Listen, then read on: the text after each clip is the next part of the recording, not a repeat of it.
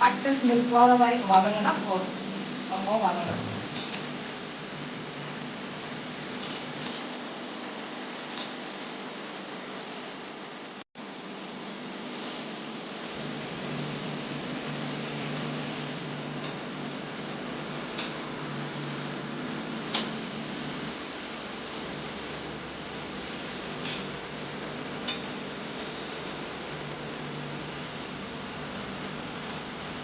எவ்வளோ நேரம் சுமார் வதக்கணும் இதை? ஒரு 25 நிமிஷம். அதாவது ஒரு 1/4 மணி நேரம் பச்சை வாசனை போகிற வரைக்கும் வதக்கணும். இஞ்சி பூண்டு 1 ஸ்பூனு, தேங்காய் துருவல், பச்சை பருப்பு கழுவி 2 டேபிள். இப்போ தேங்காய் யூஸ்வலாக வந்து இறக்கும் போது தானே போடுவாங்க, ஆனால் நீங்கள் முன்னாடியே போடுவாங்க. நைட்டு 4 மணி நேரம் ஆனாலும் பூசு பூசு வாசனை வரும். ஓகே. சூடுலேயே வதங்கினா அந்த வாடை வராது. கூட்டுக்கும் சரி, கேரட் யூஸ் பண்ணி இறக்குறதுக்கப்புறம் அந்த தேங்காய் பூவை துணி போடுவோம்.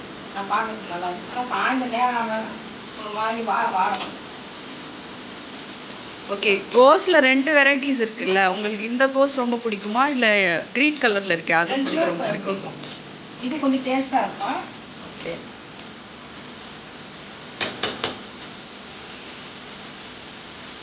பச்சை பட்டாணி.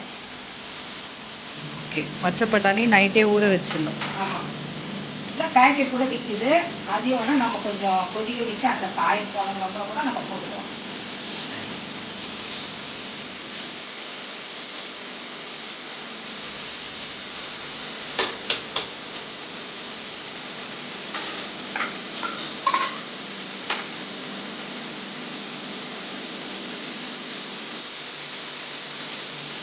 தண்ணி உப்பு போட்டு கொதிக்க வச்சிருக்கேன். சீக்கிரம் வெந்துடும், ரொம்ப நேரம் ஆகாது.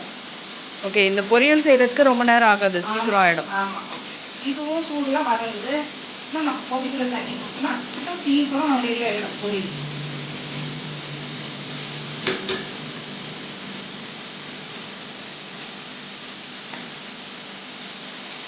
கொதிக்கிற தண்ணி பார்த்து ஊற்றுங்க.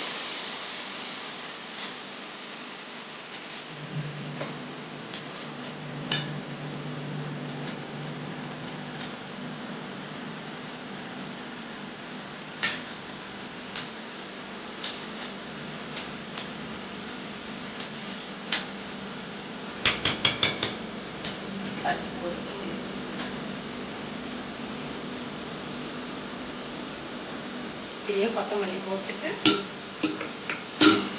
இப்படி மூடி திறந்து ஒரு முறை கலர் சப்போஸ்னா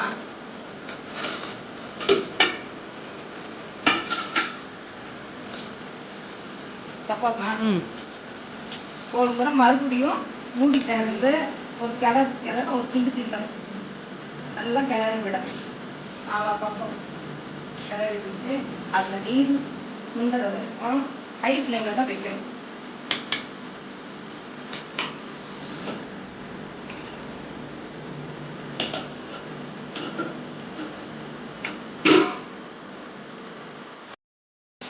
நல்லா சுண்டி வந்துடுச்சு.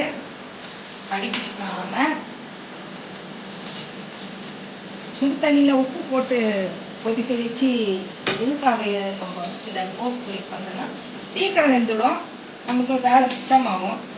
அதே போல் கேரட்டு பீன்ஸ் பொரியல் பண்ணுறதா இருந்தாலும் நம்ம சிறுபருப்பு தேங்காய் துருவி போட்டு கொதிக்கிற தண்ணியில் உப்பு போட்டு நல்லா கொதிக்க வச்சு நம்ம இப்போ உப்புல வதக்கிட்டு அந்த தண்ணி ஊற்றி பண்ணோம்னா நம்மளுக்கு சீக்கிரம் வேலை முடியும். சீக்கிரம் வெந்துடும் காய். நல்லா டேஸ்ட் ருசியாக இருக்கும். பச்சை தண்ணி ஊற்றினா அவ்வளோ டேஸ்ட் இருக்காது. கொதிக்க வச்சு தண்ணி ஊற்றினா தான் டேஸ்ட். இதெல்லாம் டிப்ஸு. ஆமாம்.